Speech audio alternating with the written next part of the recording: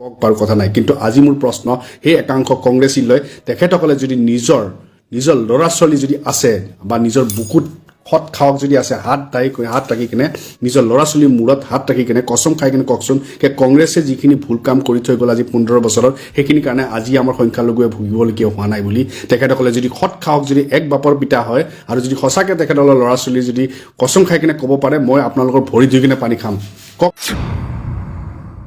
মই বিজেপিৰ মই এজেণ্ট নহয়, মই কংগ্ৰেছৰ এজেণ্ট নহয়, মই AYDFৰ এজেণ্ট নহয়, মই AGPৰ এজেণ্ট নহয়, মই যি এজেণ্ট হয় সেয়া হ'ল ৰাইজৰ এজেণ্ট। কাৰণ এই ৰুবুল আহমেদক তৈয়াৰ কৰিছে ৰাইজে, কোনো দলে তৈয়াৰ কৰা নাই, কোনো কংগ্ৰেছে দালালগিৰিয়ে মোক তৈয়াৰ কৰা নাই, কোনো AYDFে তৈয়াৰ কৰা নাই, কোনো বিজেপি তৈয়াৰ কৰা নাই, মোক তৈয়াৰ কৰিছে ৰাইজে। আৰু মই যেতিয়া ৰাইজৰ বিপদ হ'ব মই তাত মাতি যাম। এই ৰুবুল আহমেদে কংগ্ৰেছৰ দলৰ সেই একাংশ জাবৰক কেতিয়াবা বেয়া পোৱা হৈছোঁ জানেনে? যেতিয়া এই উচ্ছেদৰ ক্ষেত্ৰত তেখেতসকলৰ মুখখন চুপচাপ আছিলে, মাত নাছিলে। যেতিয়া উজনিত যেতিয়া আমাৰ মুছলমান মানুহ বা আমাৰ যি হওক সংখ্যালঘু হওক বা যি হওক যিখিনি শ্ৰমিক মানুহ ন যিখিনি অত্যাচাৰী কৰিলে তেখেতসকলৰ মুখত মাত নাছিলে। যেতিয়াই ডি ভোটাৰৰ ক্ষেত্ৰত যেতিয়া আমাৰ মানুহক যেতিয়া মিছাতে স্বদেশী মানুহক যেতিয়া পুছবেক কৰিছিলে তেতিয়া তেখেতসকলৰ কিন্তু মাত শুনা নাছিলোঁ। যিখিনি গৰ্জন হ'ব লাগিছিলে তেখেতসকলে সেই গৰ্জন তেখেতসকলে নিদিলে। তেতিয়া অন্তৰত দুখ লাগিছিলে। এই কংগ্ৰেছক সমৰ্থন কৰিছিলোঁ যি কংগ্ৰেছে একদম নিৰপেক্ষ এটা দায়িত্বত থাকে, কিন্তু নিৰপেক্ষ থাকি কিনে আজি তেখেতসকলে নিৰপেক্ষৰ ভূমিকা লোৱা নাই।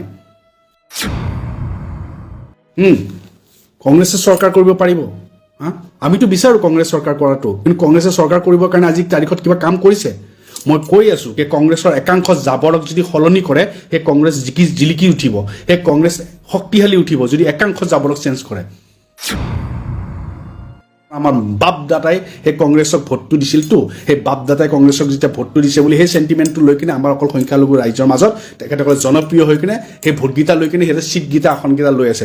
মই কৈছোঁ ন 26ত যাতে চৰকাৰ যদি কৰিব পাৰে ন, মই কৈছোঁ গোটেই ৰাস্তাত মই লেংটা হৈ দৌৰিম। কোনো এজনে চেষ্টা কৰা নাই 26ত চৰকাৰ কৰিবলৈ। আৰে কোন এলায়েন্স হৈছে? কংগ্ৰেছ এলায়েন্স হৈছে, AJP নেকি লুৰিণ জ্যোতি এলায়েন্স হৈছে, ৰাইজৰ দল এলায়েন্স হৈছে। মানুহ কেইজন আছে?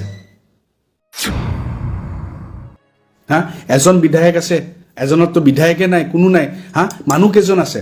আৰু তেনেকুৱা দল লৈ কিনে এলায়েন্স হৈ কিনে বিজেপিৰ লগত যুঁজিব গৈছে। AYDFক কিয় পিছত ৰাখি দিলে? AYDF কি শক্তিশালী নহয়? AYDF কি বিজেপিৰ বি টিম? যদি AYDF বিজেপিৰ বি টিম, কংগ্ৰেছ তেতিয়াহ'লে ABCDEFG। কাৰণ কংগ্ৰেছৰ পৰা যোৱাখিনি আজি বিজেপি কৰি আছে। 25 বছৰ যেতিয়া সম্পৰ্কত আছে সিহঁতৰ লগত কিয় বেয়া হ'ব নেকি?